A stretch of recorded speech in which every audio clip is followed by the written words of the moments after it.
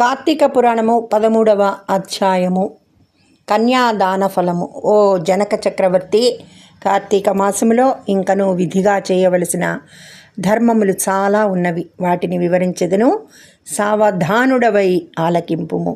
కార్తీక మాసంలో నదీ స్నానం ముఖ్యము. దానికంటే ఒక పేద బ్రాహ్మణుని కుమారునకు ఉపనయనము చేయటం ముఖ్యము. ఒకవేళ ఉపనయమునకు ఆగు ఖర్చు అంతయు భరింప శక్యము కానప్పుడు మంత్రాక్షతలు, దక్షిణ తాంబూలాది సంభావనలతో తృప్తిపరిచినను ఫలము కలుగును. ఈ విధముగా ఒక పేద బ్రాహ్మణుని బాలునికి ఉపనయనము చేసిన ఎడల ఎంతటి మహాపాపములు చేసి ఉన్నను ఆ పాపములన్నీ పోవును. ఎన్ని నూతులు తటాకములు త్రవ్వించినను పైన చెప్పినట్లుగా ఒక బ్రాహ్మణ బాలునికి ఉపనయనము చేసినందువలన వచ్చు ఫలమునకు సరితూగవు. అంతకన్నా ముఖ్యమైనది కన్యాదానము. కార్తీక మాసమందు భక్తి శ్రద్ధలతో కన్యాదానం చేసిన ఎడల తాను తరించటమే కాక తన పితృదేవతలను కూడా తరింపచేసిన వాడగును. ఇందులకు ఒక ఇతిహాసం కలదు, చెప్పేదను శ్రద్ధగా ఆలకింపుడు. సువీర చరిత్రము. ద్వాపర యుగంలో వంగదేశంలో గొప్ప పరాక్రమవంతుడు శూరుడు అయిన సువీరుడను ఒక రాజుండెను. అతనికి రూపవతి అను భార్య కలదు. ఒకసారి సువీరుడు శత్రురాజులచే ఓడింపబడిన వాడై భార్యతో అరణ్యానికి పారిపోయి ధనహీనుడై నర్మదా నది తీరమందొక పర్ణశాలను నిర్మించుకొని కందమూల ఫలాదులను భక్షించుచు కాలము గడుపుచుండెను. కొన్ని రోజులకి అతని భార్య ఒక బాలికను కన్నది. ఆ బిడ్డను అతి గారాభముతో పెంచుచుండిరి. క్షత్రియ వంశమందు జన్మించిన ఆ బాలికను ఆహారాది సదుపాయములు సరిగా లేకపోయినప్పటికీ శుక్లపక్ష చంద్రుని వలె దినదినాభివృద్ధి నొందుచున్నది.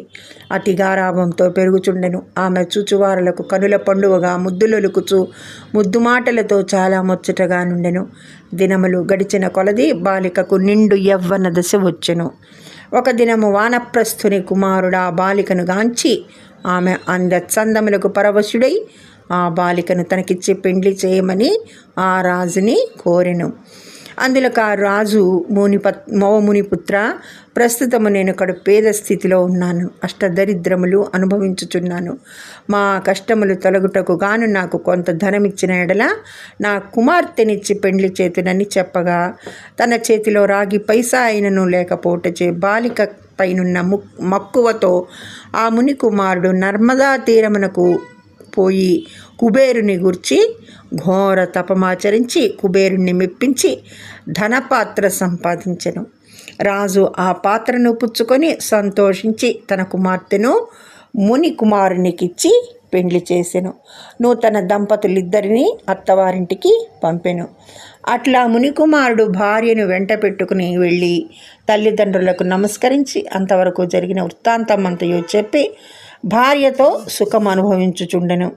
సువీరుడు మునికుమారుడిచ్చిన ధనపాత్రను తీసుకుని స్వేచ్ఛగా ఖర్చు పెట్టుచు భార్యతో సుఖంగా ఉండెను.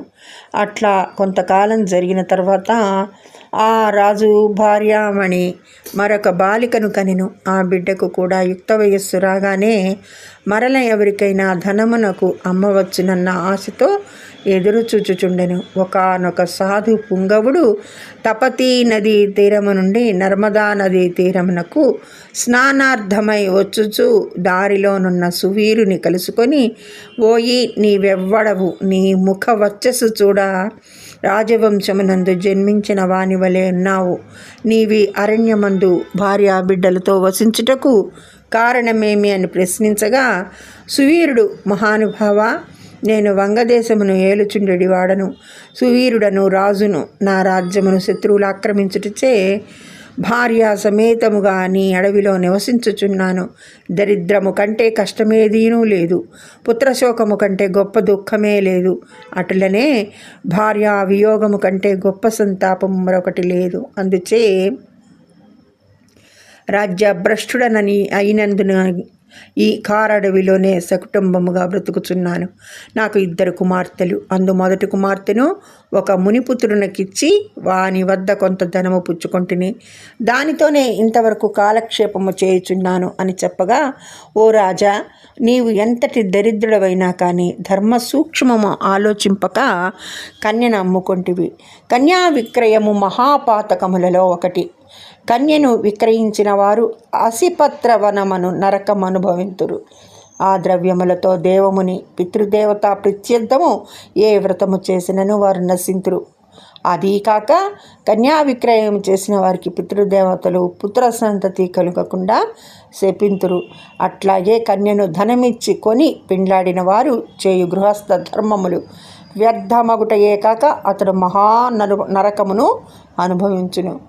కన్యా విక్రయము చేసిన వారికి ఎట్టి ప్రాయశ్చిత్తము లేదని పెద్దలు వక్కాణించియే ఉన్నారు కదా.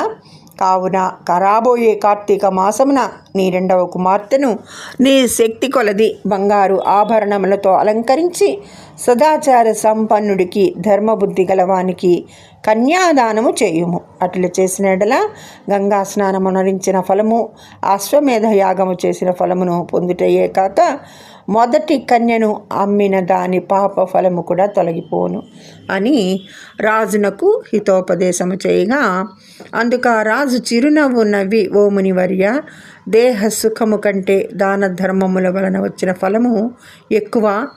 తాను బ్రతికుండగా భార్యాబిడ్డలతోనూ సిరి సంపదలతోనూ సుఖముగా ఉండక చనిపోయిన తర్వాత వచ్చడి ఏదో మోక్షము కొరకు ప్రస్తుతమున్న అవకాశమును చేతులారా జారవిడవమంటారా?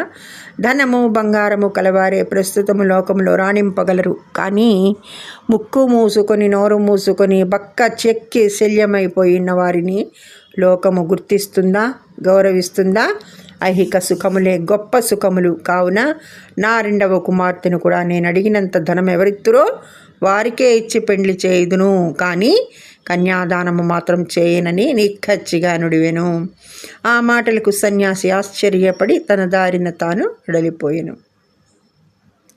మరికొన్ని దినములకు సువీరుడు మరణించెను. వెంటనే యమభటులు వచ్చి వానిని తీసుకొని పోయి యమలోకములో అసిపత్ర వనమను నరక భాగమున పడవేసి అనేక విధములుగా బాధించిరి. సువీరుని పూర్వీకుడైన శృతకీర్తి అను రాజు ధర్మయుక్తంగా ప్రజలను పాలించి ధర్మాత్ముడై మృతి చెందిన పిమ్మట స్వర్గమందు స్వర్గ సౌఖ్యములు అనుభవించుచుండెను. సువీరుడు చేసిన కన్యా విక్రయము వలన ఆ శృతకీర్తిని కూడా యమకింకరులు పాశములతో బంధించి స్వర్గము నుండి నరకమునకు తీసుకొని వచ్చిరి.